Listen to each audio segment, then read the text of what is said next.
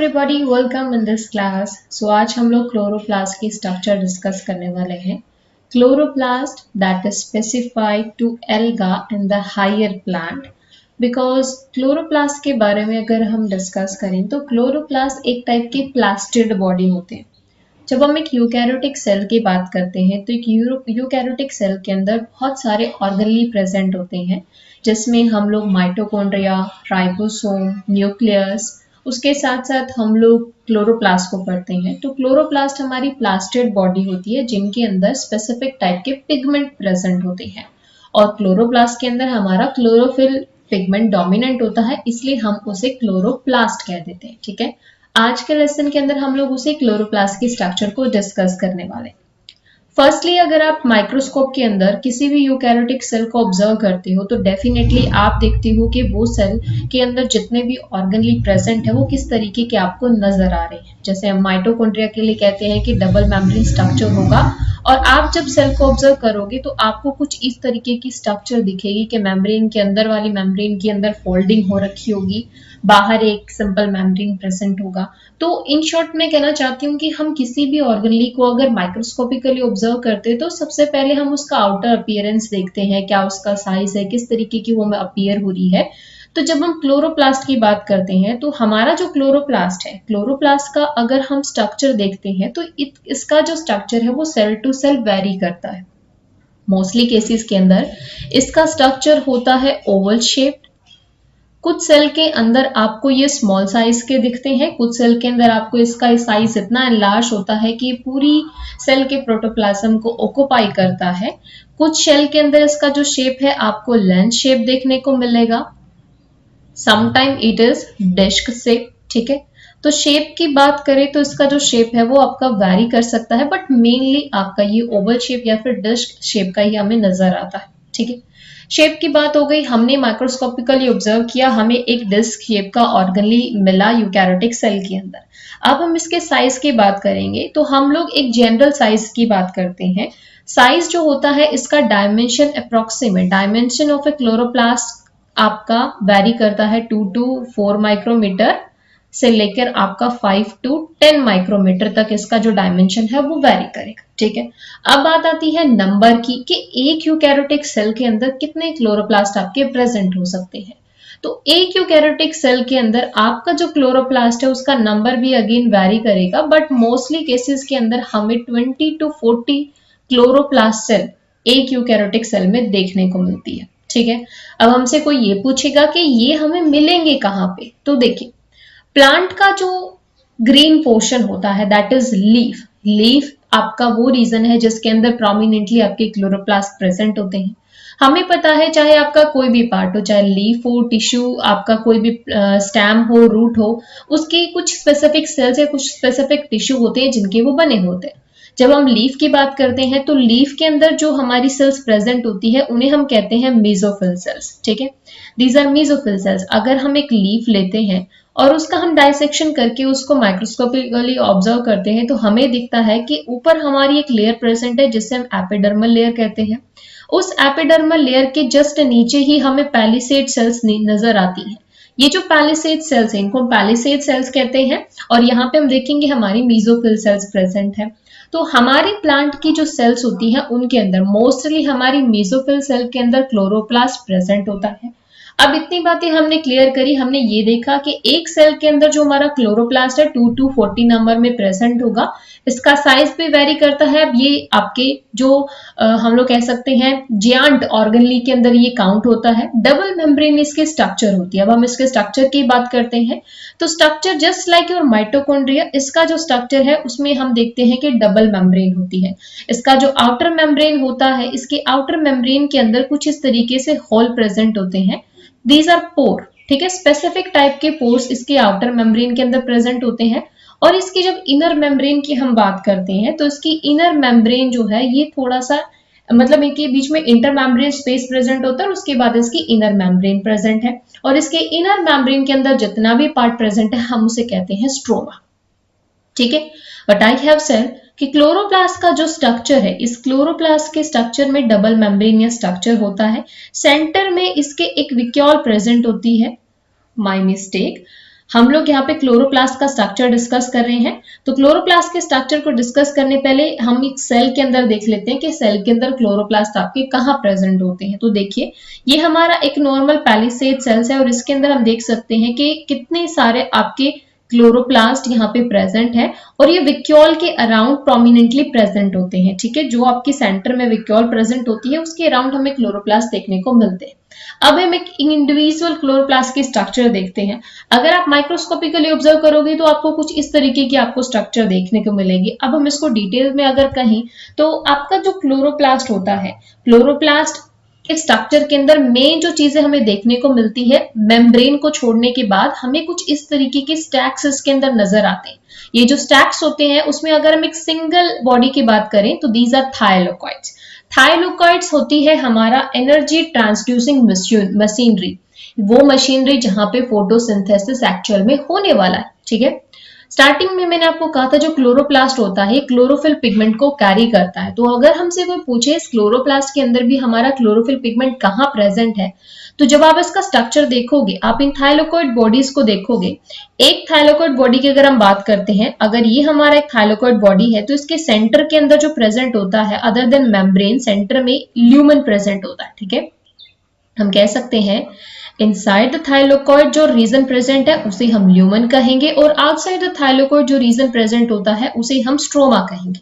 मतलब ये कि ये वाला जो पार्ट होगा इसे तो हम कहेंगे ल्यूमेन और इस ल्यूमेन के बाहर का जो पार्ट है यानी कि ये वाला पार्ट उसे हम कहेंगे स्ट्रोमा।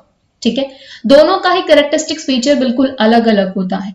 क्लोरोप्लास्ट का जो स्ट्रोमा होता है उसकी खास बात क्या होती है, इसके पास बहुत सारे एंजाइम्स प्रेजेंट होते हैं। इसी स्ट्रोमा के अंदर बहुत सारे enzymes, DNA, ribosomes, lipid droplets, starch granules और बहुत सारे आपकी हेल्प करने वाले इलेक्ट्रॉन कैरियर्स यहाँ पे प्रेजेंट होते हैं। ठीक है, अगर मैं यहाँ पे कंपोजिशन लिखूं, the stroma carry not only the DNA because आपका जो क्लोरोप्लास्ट है it is semi autonomous body. Semi autonomous body वो होती हैं जिनके पास अपना डीएनए प्रेजेंट होता है, जिनके पास एक कैपेबिलिटी है कि वो सेल्फ रेप्लिकेट कर सकती हैं। तो आपका जो क्लोरोप्लास्ट है इसके पास डीएनए प्रेजेंट होता है और डीएनए कहाँ प्रेजेंट होगा, ये डीएनए के सेगमेंट इसी स्ट्रोमा के अंदर प्रेजेंट होते हैं। Beside the DNA they also carry ribosomal bodies और द राइबोसोम्स। इस राइबोसोम्स के अलावा इनके पास लिपिड ड्रॉपलेट्स भी प्रेजेंट होती हैं। ठीक है, लिपिड ड्रॉपलेट्स के अलावा इनके पास बहुत सारे एंजाइम्स प्रेजेंट होते हैं। एंजाइम्स को इस तरीके से आप रिलेट कर सकते हो कि हमारे क्लोरोप्लास्ट के अंदर फोटोसिंथेसिस होने वाला है। फोटोसिंथेसिस मतलब फूड का सिंथेसिस, कार्बन डाइऑक्साइड का एसिमिलेशन, या हम कह सकते हैं कार्बन डाइऑक्साइड का फिक्सेशन।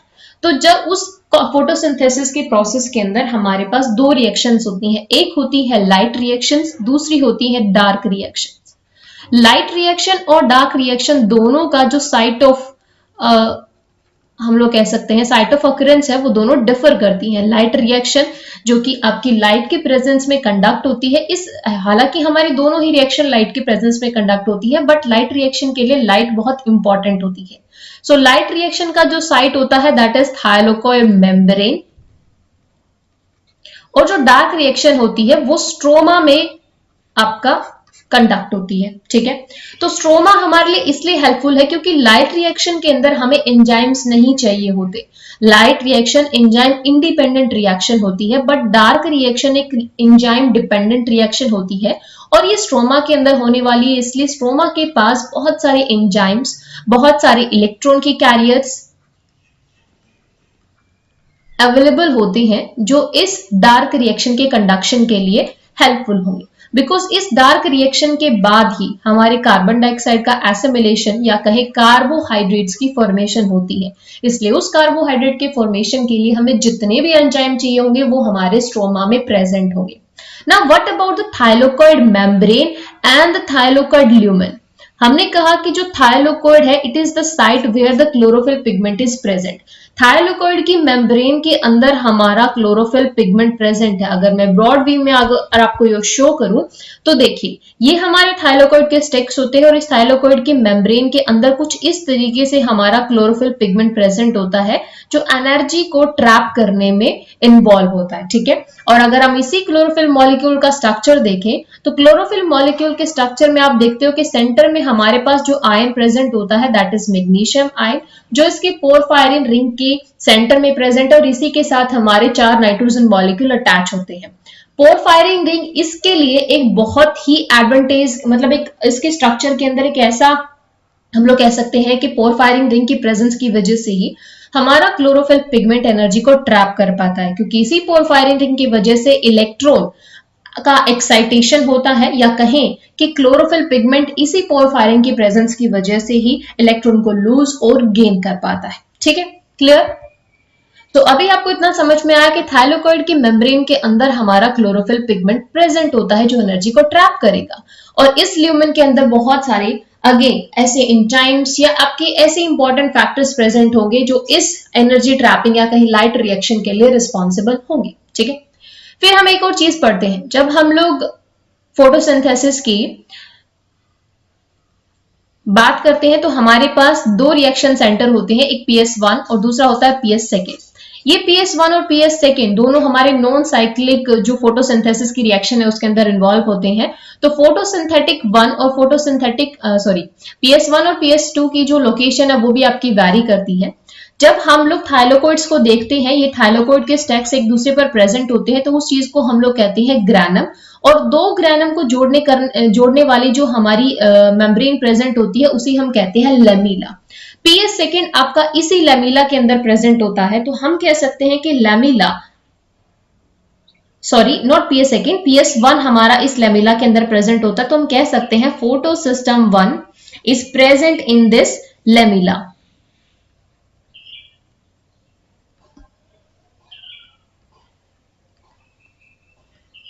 ठीक है, और ये जो ग्रैनम होता है या हम कहें थायलोकॉइड रीजन, इसी थायलोकॉइड रीजन के अंदर हमारा फोटोसिस्टम 2 प्रेजेंट होता है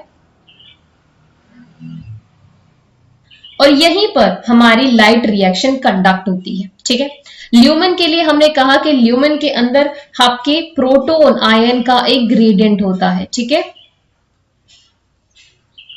बिकॉज देखिए फोटोसिंथेसिस की रिएक्शन के टाइम पे हम लोग कार्बोहाइड्रेट का एसिमिलेशन तो ऑफ कोर्स हम लोग कार्बन डाइऑक्साइड का एसिमिलेशन तो ऑफ कोर्स वहां पे होता ही होता है।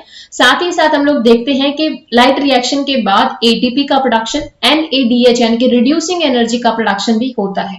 तो वहां पे प्रोटॉन ग्रेडियंट भी हमारा क्रिएट होता है, जो कि कहां पे क्रिएट होता है? ल्यूमेन के अंदर, जो इन द लास्ट आपके एटीपी प्रोडक्शन के लिए इन्वॉल्व होने वाला है या एटीपी प्रोडक्शन में इन्वॉल्व होने वाला है।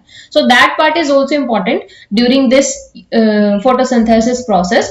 हम कह सकते हैं lumen is the place of H positive ion accumulation which lead to proton gradient and ATP synthesis। ठीक है, तो इसी के साथ हमारा क्लोरोप्लास्ट का स्ट्रक्चर कंप्लीट होता है। अगर मैं रिकैप करूं तो हमने क्या कहा कि क्लोरोप्लास्ट हमारा एक डबल मेम्ब्रेन का स्ट्रक्चर होता है जिसका डायमेंशन आपका वैरी करता है। एक सेल के अंदर हमें क्लोरोप्लास्ट का नंबर कितना देखने को मिलेगा? 20 to 40 नंबर हमें देखने को मिलते हैं। हमें क्लोरोप्लास्ट के अगर स्ट्रक्चर की बात करते हैं तो उसके स्ट्रक्चर के अंदर हमें क्या देखने को मिलता है कि मेम्ब्रेन के कुछ इस तरीके से स्टैक्स प्रेजेंट होते हैं। इन स्टैक्स को हम लोग कहते हैं थायलोकॉइड के ग्रैनम, बिकॉज इसी के अंदर थायलोकॉइड एक दूसरे के ऊपर अरेंज होते हैं तो हम इनको ग्रैना बोल देते हैं। 2 ग्रैना को कनेक्ट करने वाली जो मेम्ब्रेन्स होती है उनको हम लोग लेमिली कह देते हैं। और इस लेमिली और थायलोकॉइड के अलावा यानी कि ग्रैनम और थायलोकॉइड के अलावा जो भी पार्ट बचता है हम उसे कह देते हैं स्ट्रोमा। स्ट्रोमा आपका वो पार्ट है जिसके पास बहुत सारे आपके राइबोसोम्स, आपके DNA और बहुत सारे एंजाइम्स प्रेजेंट है जो डार्क रिएक्शन के अंदर इन्वॉल्व होने वाले हैं। अगर आपसे कोई पूछे कि फोटोसिंथेटिक पिगमेंट कहां पे लाई करता है तो थायलोकॉइड के मेम्ब्रेन के अंदर हमारे फोटोसिंथेटिक पिगमेंट प्रेजेंट होते हैं।